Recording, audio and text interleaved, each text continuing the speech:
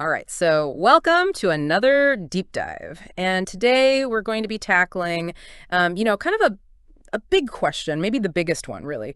What is reality actually made of? And to explore that, we've got some really cool stuff lined up, not just from modern physics, but also from ancient philosophy, all kinds of sources. Yeah, I mean, it's just fascinating to see, like uh, how brilliant people throughout history have tried to answer that question, right? Yeah. Like, what is the universe? What's it made of? What are like the fundamental building blocks beyond what we can see and touch? Right. Yeah, exactly. So we're going to be drawing from, philosophical texts that kind of laid the groundwork for scientific thinking, but also from, some concepts in modern physics that are pretty mind-bending, to be honest. So our mission, I guess you could say, is to pull out the key insights from these sources about how our understanding of what reality is actually made of, how that's changed over time. So think of this deep dive as your shortcut to being like really well informed about this huge question. So to get started, I guess we should go back to the very beginning to ancient Miletus. Okay, so in Miletus in the 6th century Mhm. BCE, you know, something really remarkable happened. A new way of seeking knowledge emerged. So Mm. philosophers like Thales and Anaximander and Anaximenes, they shifted away from explanations based on myths and religion, and they really started emphasizing, observation, reason, critical thinking. Yeah, so instead of just like accepting traditional stories, they were actually looking at the world around them and trying to use logic and evidence to figure things out. Huh? That's a pretty huge departure. Why was that shift so significant? It was huge. It really laid the groundwork for the entire scientific endeavor. I mean, by Sure. by insisting on observation and logical deduction, they kind of established a framework where ideas could be tested and refined, and they understood that our initial perceptions of the world, they might be misleading, and deeper truths might lie hidden, requiring careful investigation to uncover. And Miletus became like this incredible hub of intellectual activity, right? Yeah.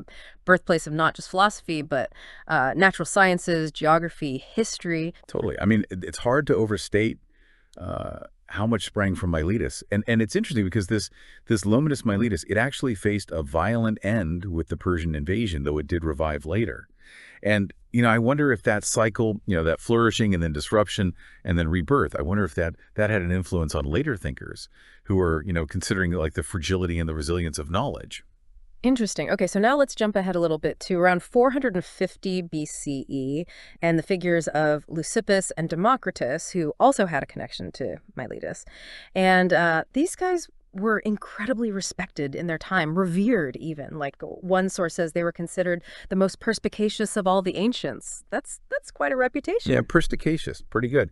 But what's really important about Leucippus and Democritus is this core idea that they put forward. They argue that the whole universe, everything, is made up of just two things: limitless empty space, and then these countless indivisible particles. They call them atoms, and that's it. There's nothing else. So wait, so these atoms, I mean, they're not like little tiny versions of the objects that we see around us, No, right? exactly. They're atoms. They only have shape. That's it.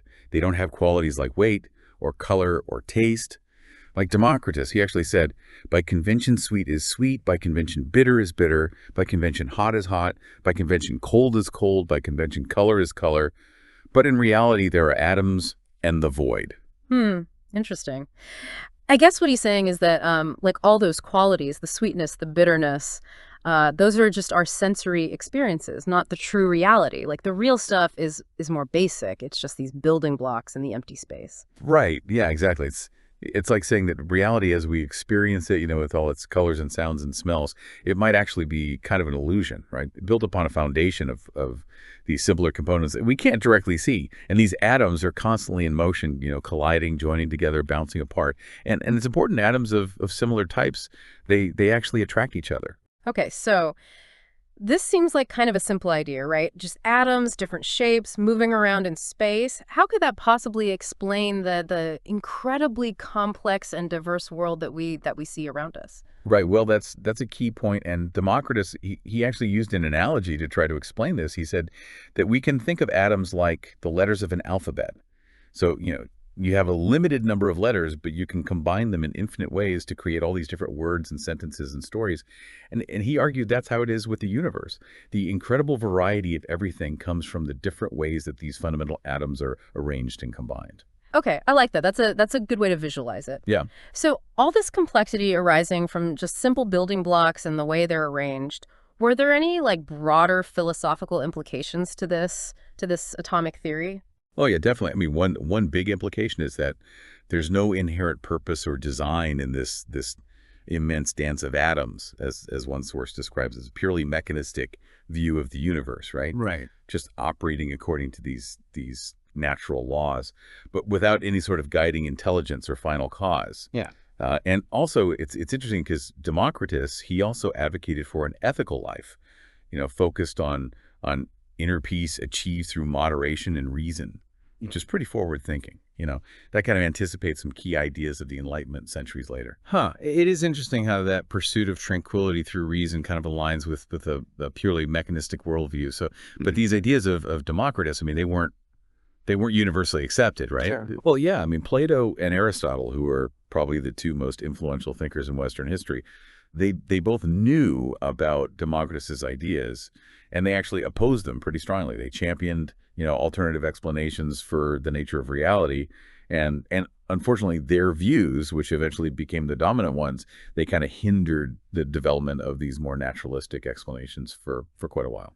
Okay, well, so let's dig a bit deeper into Democritus's reasoning, particularly his argument against this idea that matter could be infinitely divisible. Aristotle actually documented some of this line of thought. So tell me about that. Yeah. So Democritus, he essentially posed this thought experiment. He asked, if matter really was infinitely divisible, if you could just keep breaking it down forever, what would be left after you did that infinite division? Like, would it still be something with extension, something that actually takes up space? Well, I mean, it seems like if you keep dividing it infinitely, you'd eventually get to something with no size at all, right? Exactly. So if you ended up with these, particles that still had some size, well, then the division wouldn't have actually been infinite. You'd be left with only these dimensionless points. But Democritus argued, how could you ever put something back together that has extension, something that, we can see and touch? But just adding up these dimensionless points, you can add as many zero-dimensional points as you want, and you're never going to get a line, a surface, a volume. So therefore, he concluded, matter can't be infinitely divisible. It must be made up of these fundamental, indivisible units, atoms. That's a really clever argument, like kind of a philosophical puzzle. It kind of reminds me of Zeno's paradoxes, which also wrestled with these concepts of continuity and divisibility. Yeah, that's a good connection. And actually, although Democritus predates Zeno, their arguments, they do kind of touch on some similar fundamental questions about space and matter. Zeno's paradoxes, like, the one about Achilles and the tortoise, where, seemingly a faster runner can never overtake a slower one, they also really challenge our intuitive ideas about continuous motion by kind of showing that if space and time were infinitely divisible, you'd get these really strange, kind of absurd results. Mm. So how did Leucippus, who is said to be Zeno's student, how did he respond to these paradoxes, these kind of perplexing arguments? Well, Leucippus, maybe influenced by these paradoxes, he suggested a different way out. He proposed that maybe there's actually a limit to how small things can get, that reality might have this kind of basic graininess to it. Okay, so instead of infinite divisibility, you have kind of an ultimate smallest scale. Like you can't go smaller than that. Exactly. Leucippus suggested that the universe is granular, not continuous all the way down. Just as Democritus argued that you can't build extension from infinitely small points, Leucippus was saying that extension must be made up of a finite number of things that have a finite non-zero size. And it's interesting because this idea of a limit to how small things can get, it actually foreshadows some of the discoveries in modern physics, doesn't it? Yeah, it's amazing. It's this incredible example of philosophical intuition anticipating later scientific findings. Today we understand the atomic structure of matter. You can divide a substance down to molecules and then down to atoms, but you can't just keep breaking those atoms apart forever. without, fundamentally changing what they are. There's this level of granularity. And chemistry over centuries has provided increasing evidence that this discrete nature of matter, it's real, which kind of validates Democritus's intuition in a really profound way. Yeah. It's really unfortunate that so much of Democritus's original work has been lost. In fact, the source that we're looking at, it actually describes this as a major intellectual tragedy. It is. I mean, we have so much writing from Aristotle, which obviously had a huge influence on Western thought, but only fragments and secondhand accounts of Democritus's work remain. Mhm. And, it makes you wonder how the history of scientific and philosophical thought, how that might have unfolded differently if Democritus's ideas had been preserved. Hmm. So why is it that Democritus's ideas kind of faded away while the works of Plato and Aristotle endured? Well, I mean, the rise of dominant monotheistic religions definitely played a big role in that. The rationalistic and materialistic naturalism of Democritus, which didn't invoke, divine intervention or spiritual explanations, it kind of stood in stark contrast to those prevailing worldviews. And after Christianity became the official religion of the Roman Empire, you saw this kind of systematic suppression of pagan philosophies and the destruction of texts that were considered incompatible with Christian doctrine. Right, right. Well, we do have at least one major work that kind of helped preserve some of these atomistic ideas, right? Lucretius's epic poem on the nature of things. Yeah, absolutely. Lucretius, who was a Roman poet who was in the 1st century BCE. He was a devoted follower of the Greek philosopher Epicurus, who himself, built upon the atomistic framework of Democritus. And while Epicurus was really focused on ethics and achieving this state of tranquility, his understanding of the natural world was fundamentally based on this atomistic view. So Lucretius, through this amazing poem that you wrote in Latinus, he kind of articulated these ideas about the atomic nature of reality, carrying the torch, so to speak, through the intellectual upheavals of the Dark Ages. So let's try to paint a picture of these contrasting worldviews here. We have the Democritean Lucretian perspective on one hand, and then the more dominant Aristotelian cosmology on the other. What were the key differences? Okay, well, so on the Democritean side, as Lucretius presents it, you have a universe that's completely free of divine intervention or supernatural forces. No fear of gods, no afterlife. It's a universe that's infinite, that doesn't have a center. And then you contrast that with the Aristotelian cosmos, which is, geocentric. The Earth is at the center. And there's this fundamental separation between the earthly realm, which is, imperfect and changing, and the celestial realm, which is, perfect and unchanging. And Aristotle relied a lot on teleological explanations, the idea that everything has a purpose and that it's moving toward its natural place. He really emphasized learning through tradition and the authority of past thinkers. Yeah, two very different ways of thinking about our place in the cosmos. But but the source does make a point that Aristotelian physics wasn't entirely inaccurate, right? Yeah, I mean that's an important point to remember. While Aristotelian physics is definitely outdated now, it actually provided a pretty good description of the motion of objects, in the everyday world, like objects that are, moving through the air, subject to gravity and friction. So it wasn't completely wrong, just an approximation that worked well within a limited domain. Just like Newtonian physics would later be seen as a very good approximation of Einstein's theories of relativity. Right. Okay. So moving on, in history, we see this significant shift towards mathematics becoming really crucial for understanding the universe. And this is really evident in figures like Pythagoras and Plato. Yeah, so what's really fascinating about this period is this growing realization that the underlying order of the universe, it might actually be expressible in mathematical terms. So you have Pythagoras with his emphasis on numbers and the harmony of the spheres, and you have Plato with his belief in this mathematically structured realm of forms as the true reality. And both of them really represent this crucial turn towards mathematical thinking, and this really paved the way for some really big advances in ancient astronomy. Yeah, we're talking about people like Eudoxus and Aristarchus and Hipparchus, all culminating in Ptolemy's influential work, the Almagest, right? Yeah, exactly. And these astronomers, they made incredible progress in observing and mathematically modeling the movements of celestial bodies. And Ptolemy's Almagest, it actually became kind of the the standard text on astronomy for over 1,000 years. And it's interesting to think about, all of this Greek astronomical knowledge.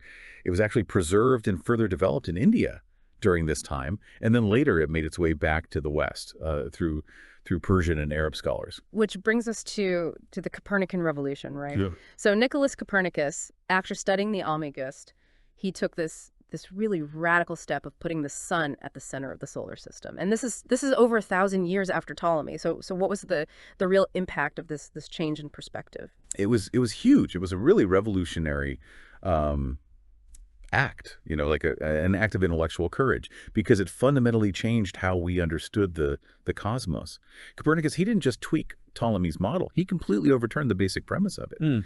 And by putting the sun at the center, he not only provided a much simpler explanation for the motions of the planets, but he also opened up the possibility of a universe that's vastly larger and more diverse than anyone had imagined before.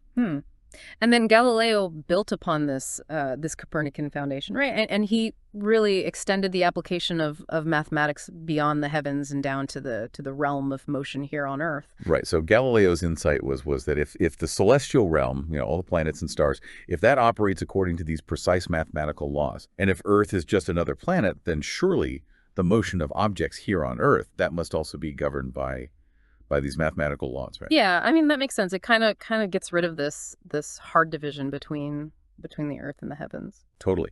And this led him to his experimental work on falling bodies, which culminated in the discovery of the law of falling bodies, which can be expressed mathematically as x of t equals 1/2 of t squared. Right, and that was the first mathematical law discovered for terrestrial objects? Exactly. Showing that, the kind of perfection mathematics, it wasn't just something that was up in the heavens, it was also here on Earth. Okay, so then we come to Isaac Newton, who kind of provided the ultimate synthesis, right?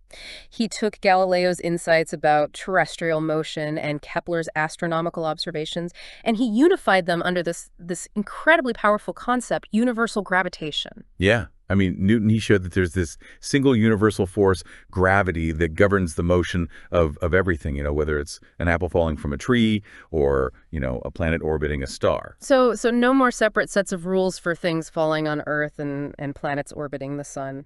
Right. It's all the same force. And without that force, everything, all the celestial bodies, they would just keep moving in these straight lines through space. And importantly, this idea also overturned the Aristotelian idea of a natural place for things. Yeah, so there's no more inherent up or down, no special center of the universe where things naturally return to. It's all relative, right? Exactly. And Newton even calculated the force acting on the moon using this law of universal gravitation and this gravitational constant, G. And by doing that, he really definitively showed that the same force governs both terrestrial and celestial phenomena. And the source that we're looking at, it says that this was really a complete subversion of the Aristotelian worldview. And it actually draws a parallel back to the ideas of Democritus. So how so? Well, Newton's vision of the universe, with this huge undifferentiated space and all these particles moving and interacting according to these fundamental forces, it actually bears a really striking resemblance to the world that Democritus imagined centuries earlier. It's kind of a rediscovery and a rigorous mathematical formulation of that ancient intuition. That's cool. Okay, so moving on, we have Michael Faraday and James Clerk Maxwell, who really introduced this revolutionary concept of fields, and they also unveiled the fundamental nature of light. Yeah, so Faraday's thinking was really revolutionary. Instead of forces just acting directly across empty space, he proposed that there are actually these real entities that fill all of space. He called them fields.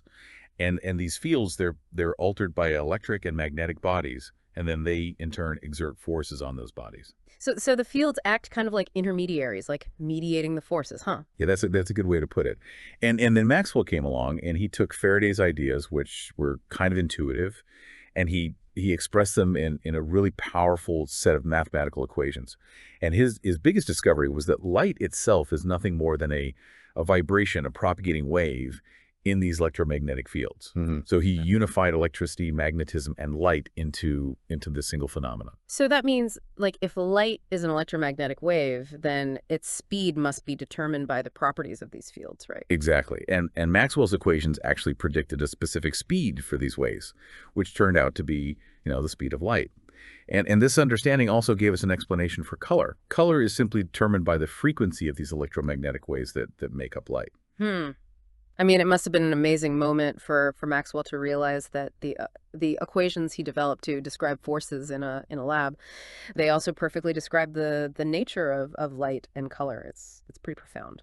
Yeah, totally. And the predictive power of his equations was pretty remarkable because it led to the prediction and then eventually the experimental discovery Yeah. of radio waves, which, really formed the basis for so much of modern technology. Wow. But even with all these, incredible advancements, there were still some apparent contradictions and unresolved questions, which eventually led to Albert Einstein's, groundbreaking theories of relativity. Right. Yeah. So what was the main problem that Einstein was trying to solve?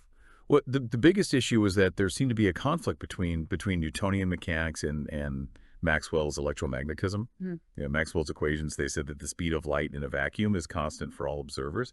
But this seemed to contradict the idea of Galilean relativity, which said that velocities are always relative to the observer's motion. So this idea of an absolute speed, it just didn't really fit into the Newtonian framework. And Einstein resolved this by introducing his theory of special relativity, which says that the speed of light is indeed constant for all observers, regardless of their motion. And that has these really strange consequences, right? Like time and space aren't absolute anymore, but are relative to the observer. Exactly. So Einstein realized that the speed of light, it's not just, the speed of light, it's this fundamental constant of the universe.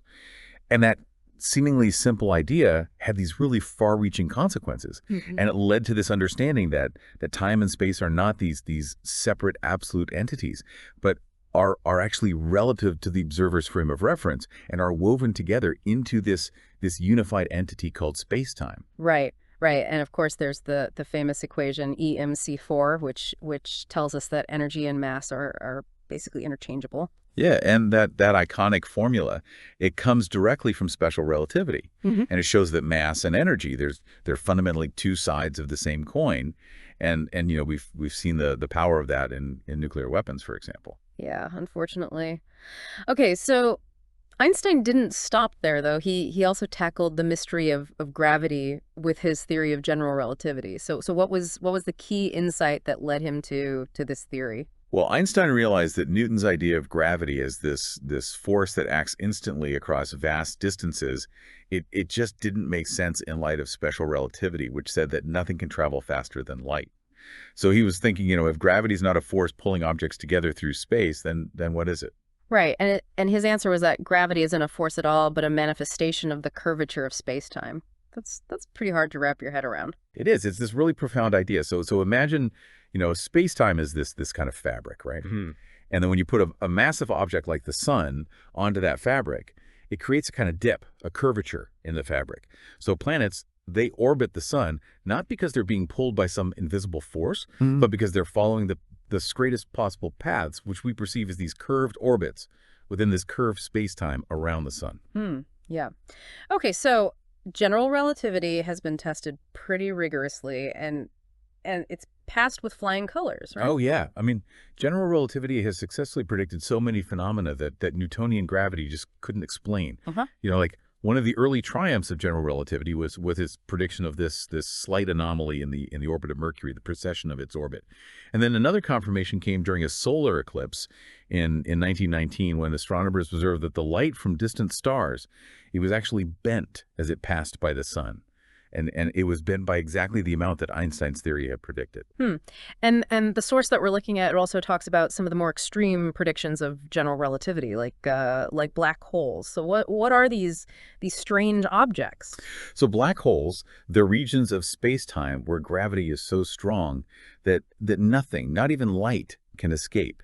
And Einstein's equations, they actually describe how these incredibly massive objects can warp space-time so much that they create these regions. And initially black holes were just this theoretical curiosity. Yeah. But now we have pretty strong observational evidence that they actually exist all over the universe, often at the centers of galaxies. Wow. Okay, and the mathematics behind general relativity, it's pretty notoriously complex, right? I mean, it involves four-dimensional space-time and all kinds of kind of mind-boggling geometry. Yeah, it's very sophisticated, and Einstein even collaborated with the famous mathematician David Hilbert on developing the mathematical framework of the theory. Okay. So the source that we're looking at, it actually draws this interesting connection between Einstein's idea of a finite but unbounded universe and the vision described by Dante in his poem Paradiso. So how does that connection work? Yeah, so just like the surface of a sphere, it's finite in area, but it doesn't have an edge, right? You can keep traveling on the surface of a sphere forever without ever hitting a boundary. Well, Einstein, he explored the possibility that our three-dimensional space might be kind of similar, that it might be finite in volume, but without any edges. And this is often called a three-sphere. And it's interesting because Dante in Paradiso, when he's describing the highest heavens, he talks about this structure where one sphere encircles and is itself encircled by another, which actually kind of resembles this idea of a finite but unbounded space. Okay, so that's pretty wild. All right, so now we've kind of explored this really elegant and unified picture of gravity that Einstein gave us. But now let's shift gears and talk about quantum mechanics, which is often very counterintuitive and deals with probabilities rather than certainties. Yeah, and it's interesting because you have this really stark contrast between these two pillars of modern physics. General relativity, which was largely the work of one genius, it gives us this really coherent picture of gravity, space, and time.